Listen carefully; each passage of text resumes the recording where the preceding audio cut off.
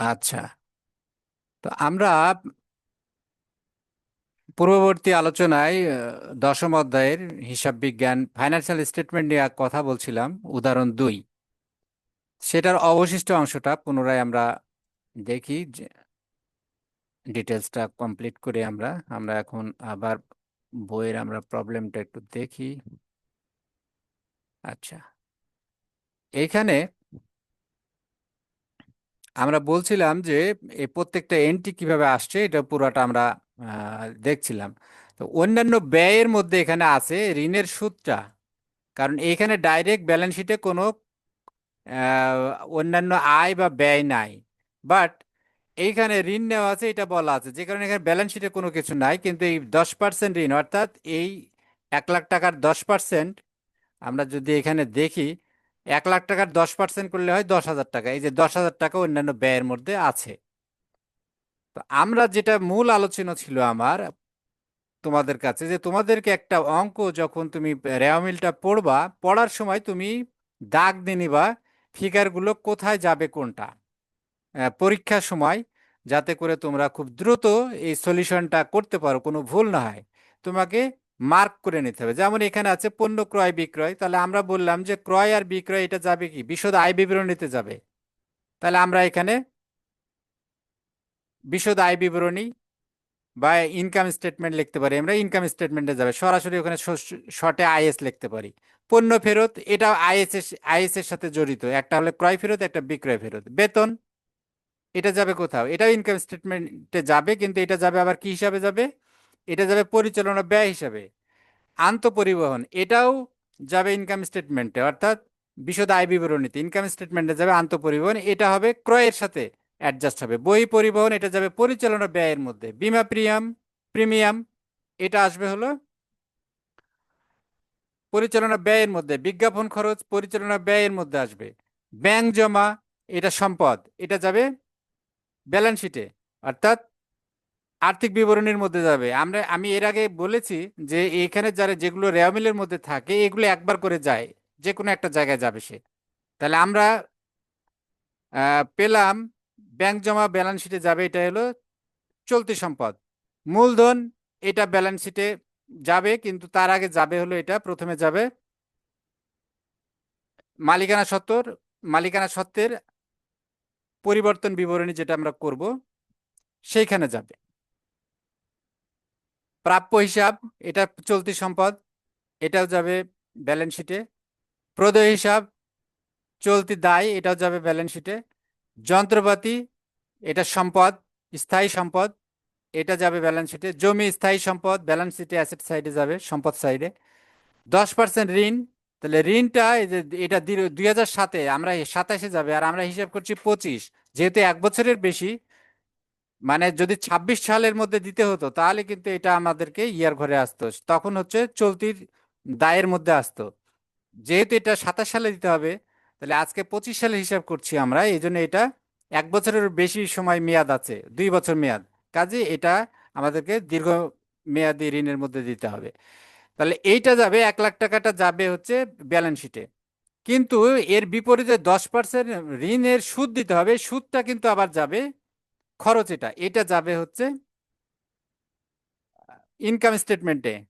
সেটা অন্যান্য ব্যয় হিসাবে, অন্যান্য ব্যয়, কারণ এটা ঋণের খরচ, এটা ডাইরেক্ট ব্যবসা পরিচালনার কোনো খরচ নয়। পুঞ্জীবিত অবচয় যন্ত্রপাতি, এই পুঞ্জীবিত অবচয় মোট যে আমার সম্পদ আছে সেই সম্পদের সাথে এটা বিয়োগ হবে আর কি, অ্যাডজাস্ট হয়ে নতুনটা যোগ হয়ে এটা বিয়োগ হবে পুঞ্জীবিত। আমরা দেখবো এটা এটা এটা যাবে ব্যালেন্স শিটে।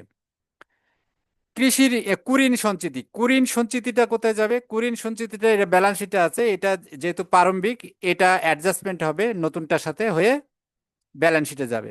মজুত পণ্য এটা এটা ওপেনিং, এটা হলো প্রারম্ভিক মজুত, প্রারম্ভিক মজুত পণ্য, এটা আমাদের ক্রয়ের সাথে শুরুতে এটা বসবে, ক্রয়ের সাথে এটা অ্যাডজাস্ট হবে।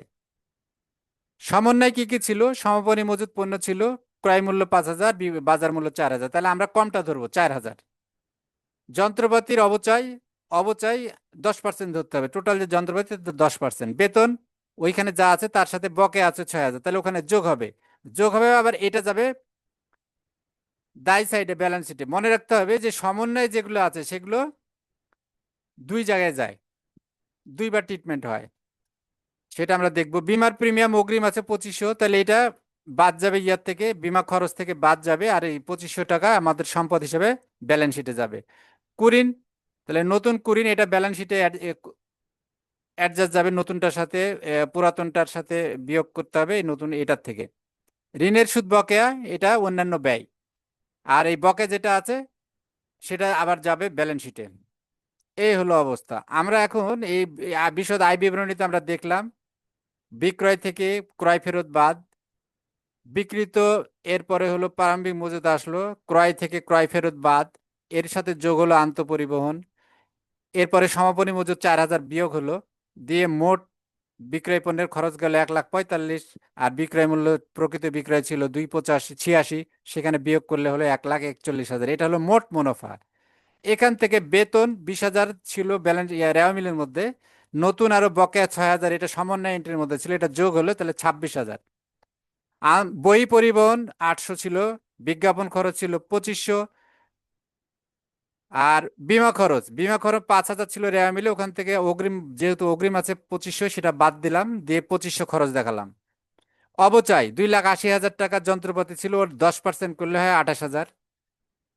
কুরিন সঞ্চিতি আমাদের আমাদের প্রাপ্য হিসাব ছিল 7,000, যে প্রাপ্য হিসাবের 7,000-এর 10% করলে হয় 700, আর আগের ব্যালেন্স ছিল 500, এটা বিয়োগ গেল, যে নতুন, তাহলে নতুন খরচ দেখালাম আমরা 200 টাকা অতিরিক্ত খরচ দেখালাম, দিয়ে খরচগুলো যোগ করে টোটাল খরচ হলো 60,000 পরিচালনার খরচ। দিয়ে আমরা মোট আয় থেকে পরিচালনা ব্যয় 60,000 টাকা বাদ দিলাম, দিলে হলো 81,000 টাকা পরিচালনা মুনাফা। এর সাথে আমরা অন্যান্য ঋণের সুদ 10%, 10,000 টাকা আমরা বলেছি ওদিকে, এইটা বিয়োগ করে 71,000 টাকা নেট মুনাফা হলো। এবার আমরা মালিকানা সত্ত্বের পরিবর্তন বিবরণী দেখব। মূলধন 1/1 তারিখে ছিল 5,00,000, এই যে রেওয়া মিলের মধ্যে আছে, এই যে 5,00,000 মূলধন, মূলধন 5,00,000, আমি বলেছি এটা একবার যাবে, তাহলে এই ফিগারটা শুরুতে চলে আসলো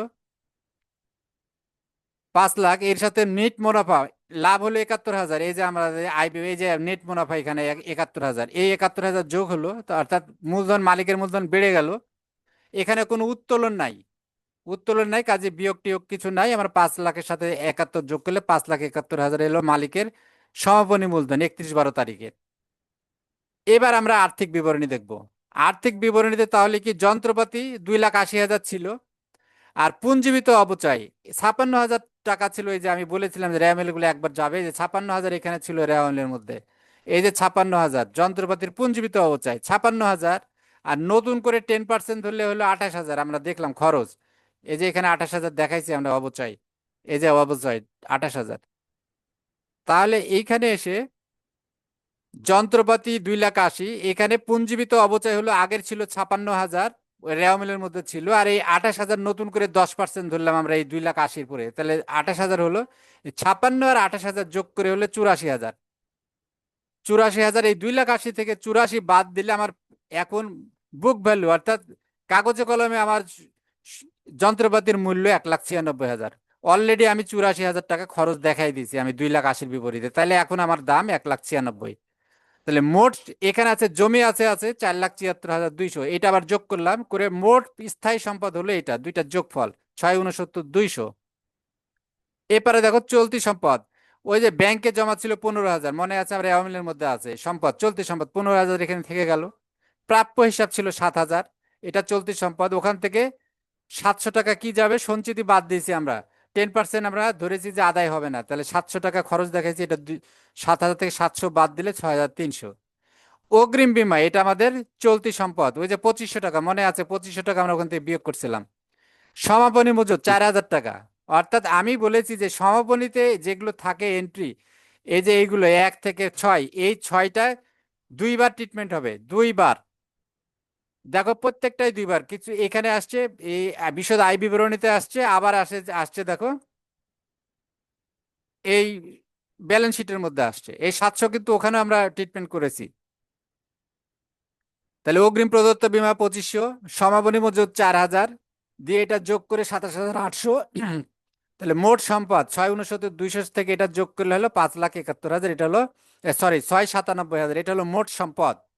এবার দায় সাইড, মালিকানা সত্ত্ব ও দায়, তাহলে মালিকানা সত্ত্ব ও দায়, তাহলে মালিকানা সত্ত্ব কত সমাপনী উদ্বৃত্ত পাইলাম আমরা 5,71,000, এই যে এখানে 5 লাখ আগের ছিল আর 71,000 প্রফিট হয়েছে, তাহলে মোট হলো 5,71,000 টাকা মালিকের টাকা আছে। এই দেখো এইখানে 5,71,000 আসলো।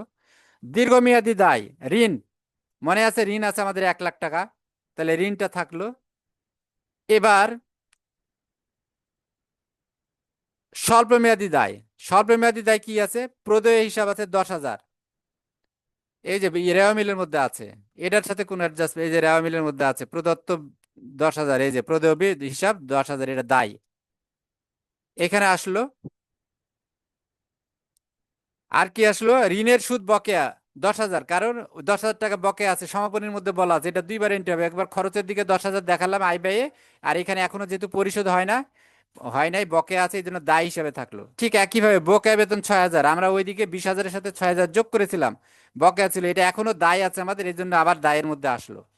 আসার পরে টোটাল যোগ করে হলো 26,000, 10 10 6 26,000, আর আগের এই যে 1 লাখ, এই দিয়ে হলো দায়, টোটাল দায় হলো 1,26,000, আর মালিকের টাকা হলো 5,71,000, এই দুইটা আবার যোগ করলে দেখো 6,97,000 মিলে গেল। তোমার এই অঙ্কের বৈশিষ্ট্য হলো যে যখন তোমার এই আহ,